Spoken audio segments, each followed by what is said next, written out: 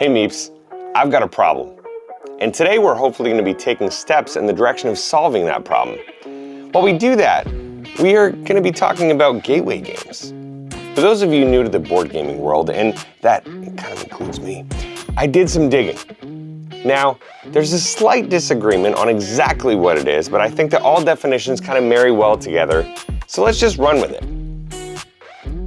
Gateway games. Games that could get non-gamers into playing board games. They're typically quick and easy for someone to learn, while also being immersive and also has strategic depth so that you could find in some heavier board games maybe. They're really great games with replayability and some would say addictive. Board Game Geek says, a game with simple rules that is easy to teach to non-gamers in order to attract new players into the board gaming as a hobby. Stack Exchange says, it's like a gateway drug. It's what you give to somebody in hopes of them enjoying it and trying harder, more intense variations. For my intents and purposes, I'm going to use this super scientific definition. A game that got me into the hobby of modern board games. I know, crazy. I could literally write books, go on tour, start a YouTube channel.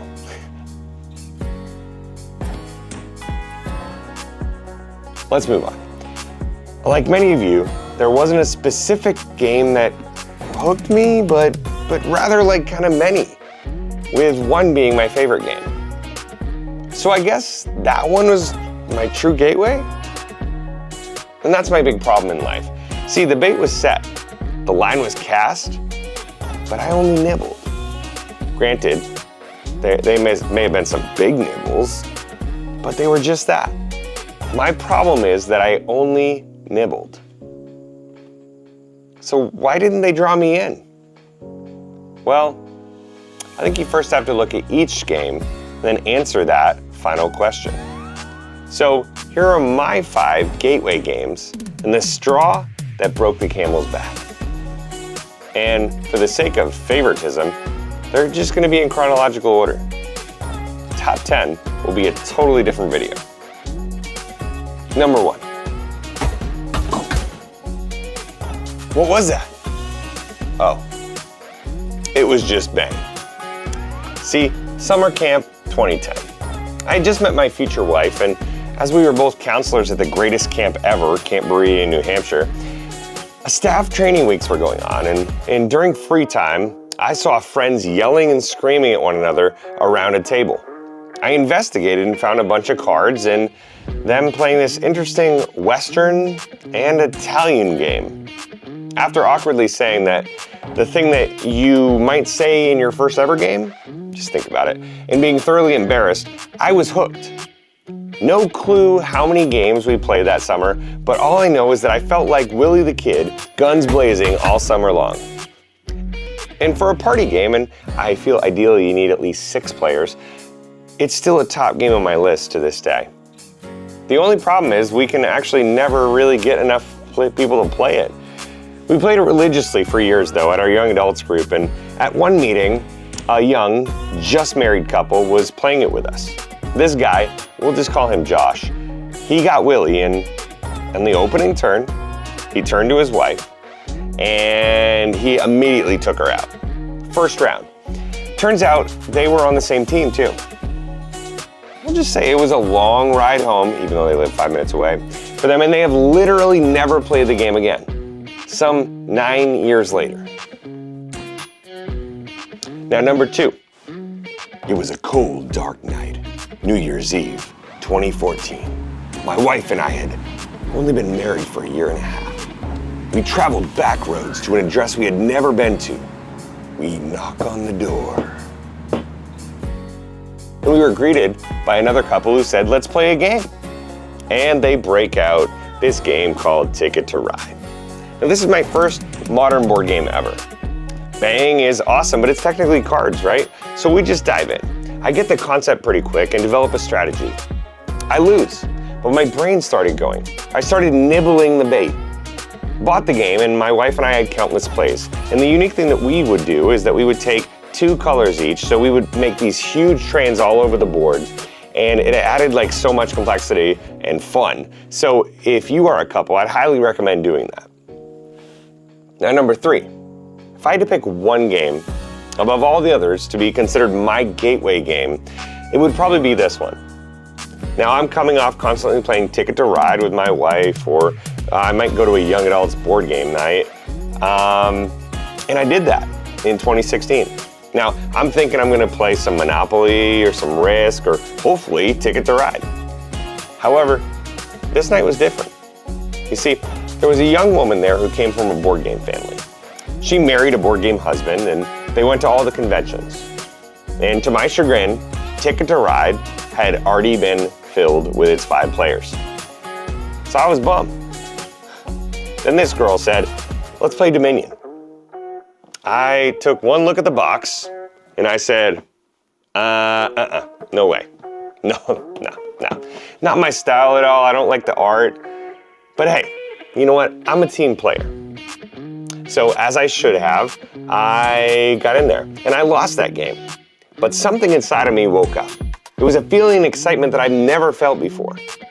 We had started with the first game set that they tell you to start with as a beginner, and we played it again. And let me tell you, linking a village with a smithy and then playing a market to get the buy and only to play the same combination again and running through your whole deck just to then militia everybody, so satisfying.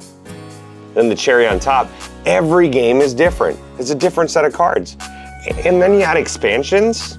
Man, this game had it all. In fact, even though at that time Amazon didn't have one-day shipping, you better believe they delivered that to me in one day. On a bittersweet note, Dominion will always have a place in my heart. Now, this girl was fighting cancer and she had lost her battle in 2017. She was such a sweet and loving person who gave so much to others. Truly, she embodied the theme of this channel, created for community.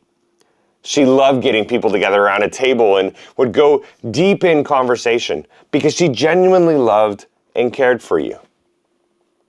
She is dearly missed, and she might be the reason that I'm here in front of you today. Now, I brought Dominion to almost every event that I went to after that, and my wife and I played it so much. I loved playing it, teaching it, even setting it up. I even fell into playing online, like probably to an unhealthy amount. You know what? Let me just check that out. Are you kidding me? 5,464 games. Clearly, I didn't have kids yet. Number 4 on this list. Now, this one came up simply because we love Disney. We honeymooned at Disney World. I'd never been there before. We photographed at Disneyland. That's how we learned our cameras. We brought our kids there last year to Disney World, and I also became a Disney travel agent. You get the picture. We love all things Disney. Now, this game would be a Disney game, and it is called Disney Villainous. Now, this would have been a Christmas present I probably got for Christina in about 2018. One game and we were hooked. You see, villain against villain with our heroes trying to come in and thwart the evil plans. The theme, the art, and so many villains to choose from. I think right now with all the expansions, there's 24 in total. They kept us coming back to the table. Oh, and there are also Star Wars versions and Marvel versions if you don't really like classic Disney characters. And I'm proud to say, well, sort of, that Christina won the majority of the games we played, and I honestly think it's her favorite game. But then we had kids. And that brings us to number 5. Did I mention that we had kids? Oh, and the first one that came into the world literally came the week COVID shut the world down. I probably didn't mention it, but that's what happened. Things changed, AKA life got really busy. We watched TV when we got free moments, and Ticket to Ride, Dominion, and Villainous, they honestly rarely hit the table. But I did have my best year as a travel agent, And that's when this next game hit the world. August 2023. Now, a few disclaimers. I have never played a trading card game in my life. My wife apparently collected and played Pokemon in the 90s, but hadn't since. Now, a friend tried to teach me Magic the Gathering, but I didn't understand the mechanics right off, and honestly, kind of like Dominion, I didn't really like the art at first. But a Disney photographer friend posted a photo with Disney Lorcana sets in front of Disneyland in Paris. I was literally like, what's a Lorcana? Like, what is this? Then I saw that it was made by Ravensburger, who was the same company that made Villainous. So I was intrigued. Again, I think the whole trading card game industry is stupid. Wait, did I say think? I meant thought. See, I bought one set of each thing on eBay. I bought a starter deck for each of the factions. I bought a treasure trove. I bought a booster box and a gift box. All these things, not realizing the game wasn't even out yet. Then I came in and opened them, and I fell in love with the artwork. It's beautiful.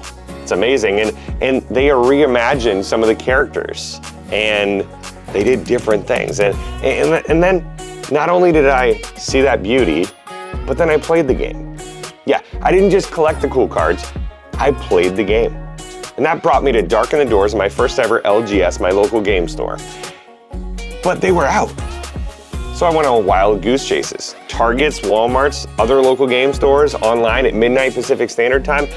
I started trading extras and pulled some really good cards. I was really lucky to pull many enchanteds, including the coveted Elsa that I showed in the last video. Lorcana was so rare at the time and was a smashing hit. But it's not about collecting, though I do love collecting. It's about the game. I love the gameplay, and I've kept up to date on every release, and I can't wait to see where the game heads in the future. Now, I consider Lorcana to kind of be the straw that broke the camel's back, that brought me back in. The hook that got caught and really reeled me in. I was not only playing Lorcana, but other board games were regularly hitting the table again, and I fell into the rabbit hole of board game YouTubers. And then sales happened, and youth board game nights happened, and let's just say the rest is history. These games are responsible for pulling me into the hobby and are my gateway games.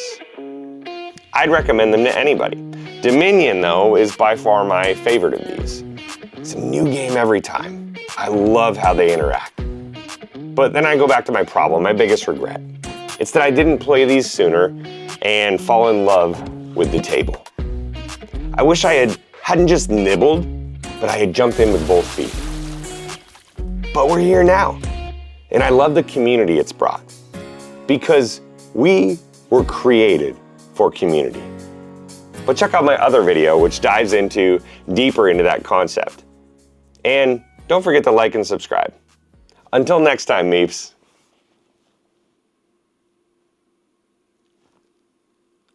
Shoot, I forgot the remote.